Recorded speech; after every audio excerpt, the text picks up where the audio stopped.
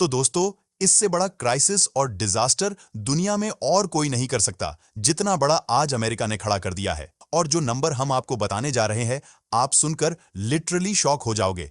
आपको पानी पीना पड़ेगा, क्योंकि इतना ह्यूज नंबर है। तो आंकड़ा निकलकर सामने ये आया है कि सबसे पहले तो अमेरिका का जो टोटल कर्ज है वह 34 ट्रिलियन डॉलर के पार चला गया है।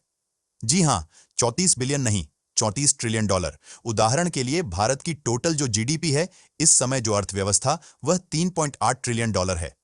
यहां तक कि अगर आप भारत, ब्रिटेन, चीन, इन सब देशों की अर्थव्यवस्थाओं को जोड़ दे, उससे ज्यादा बड़ा हो चुका है अमेरिका का कर्ज। लेकिन बात यहां नहीं रुकती, क्योंकि इस साल अमेरिका कर्ज का कितना ब्याज देगा, कितना इंटरेस्ट देगा। आप जानकर हैरान होंगे कि इनके इस कर्ज की इस साल का जो इंटरेस्ट पेमेंट है, वह 600 बिलियन डॉलर से ज्यादा है। यानी कि जितना भारत का टोटल खजाना है, जो कि दुनिया में 5th लार्जेस्ट है, यानी कि दुनिया का 5वां सबसे बड़ा खजाना भारत का है, उतना ही इंटरेस्ट यानी कि ब्याज अमेरिका इस साल अपने कर्ज का चुकाएगा। इतना ही नहीं, अमेरिका की कांग्रेस ने बताया है कि 2022 तक यह ब्याज सालाना होगा 1.2 ट्रिलियन डॉलर। जी हां, 2032 के बाद अमेरिका हर साल कर्ज की 1.2 ट्रिलियन डॉलर तो सिर्फ ब्याज चुकाया करेगा। इतना ही नहीं, इससे भी बड़ा आंकड़ा है जिसे सुनकर आप शॉक हो जाओगे। दरअसल आने वाले एक डेकेड में, यानी कि आने वाले 2042 तक, ये 1.2 ट्रिलियन बढ़कर पता है कितना हो जाएगा? 8.1 ट्रिलियन डॉलर। जी हां, अमेरिका आने वाले करीबन 18 सालों के बाद हर साल 8 ट्रिलियन डॉलर ब्याज दिया करेगा अपने कर्ज पर। लेकिन अगर आपको अब भी झटका नहीं लगा, तो यह एक आखिरी आंकड़ा सुनिए, इसे देखकर आपको जरूर झटका लगेगा। दरअसल अमेरिका की ही सरकार और अमेरिका की तमाम एजेंसीज कह रही हैं कि आने वाले 2050 तक अमेरिका का कर्ज इतना बढ़ जाएगा कि वह टोटल जीडीपी का लगभग 225% या मिनिमम 200% पर तो होगा ही होगा। यानी कि अगर इनकी जीडीपी 10 ट्रिलियन है तो कर्जा 20 ट्रिलियन होगा। तो अब जरा यह अनुमान लगाइए कि 2050 तक अमेरिका की जीडीपी कितनी होगी।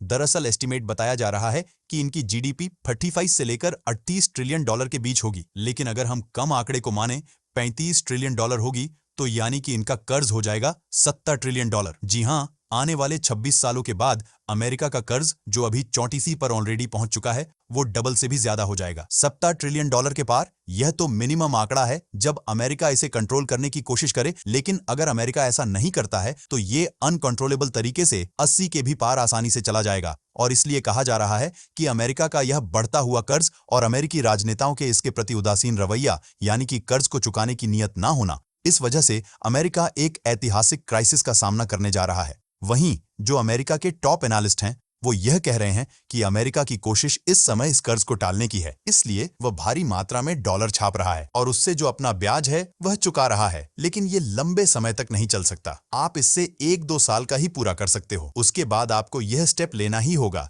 कि इस कर्ज को सिस्टमिक तरीके से कैसे कम किया जाए, या फिर कम से कम बढ़ने से रोका जाए। क्योंकि अगर आप ऐसा नहीं करते तो यह बात निश्चित तौर पर मानकर चलिए कि यह बढ़ता हुआ कर्ज अमेरिका का 100% पतन कर देगा। अमेरिका, जो दुनिया की ओल्डेस्ट सुपर पावर इस समय बची हुई है, उसका सर्वनाश निश्चित है। क्योंकि आज से पहले इतना बड़ा प्रॉब्लम अमेरिका पर कभी नहीं आया था। उदाहरण के लिए, इतना कर्ज अमेरिका पर वर्ल्ड वॉर 2 के बाद भी नहीं चढ़ा था। जी हां, वर्ल्ड वॉर 2 के बाद जो अमेरिका पर कर्ज था, उसको भी पार कर चुका है आज 2024 में अमेरिका। और इसीलिए इसे एक ऐतिहासिक मुकाम माना जा रहा है अमेरिकी सरकार के लिए।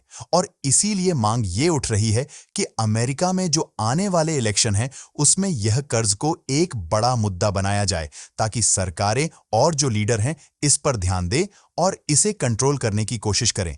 क्योंकि यह कर्ज ना सिर्फ अमेरिका को ले डूबेगा, बल्कि जब अमेरिका डूबेगा तो उसके साथ बाकी के देशों का भी भयंकर नुकसान होगा। क्योंकि जो वर्ल्ड जीडीपी है, वर्ल्ड इकोनॉमी है, वो आपस में कनेक्टेड है।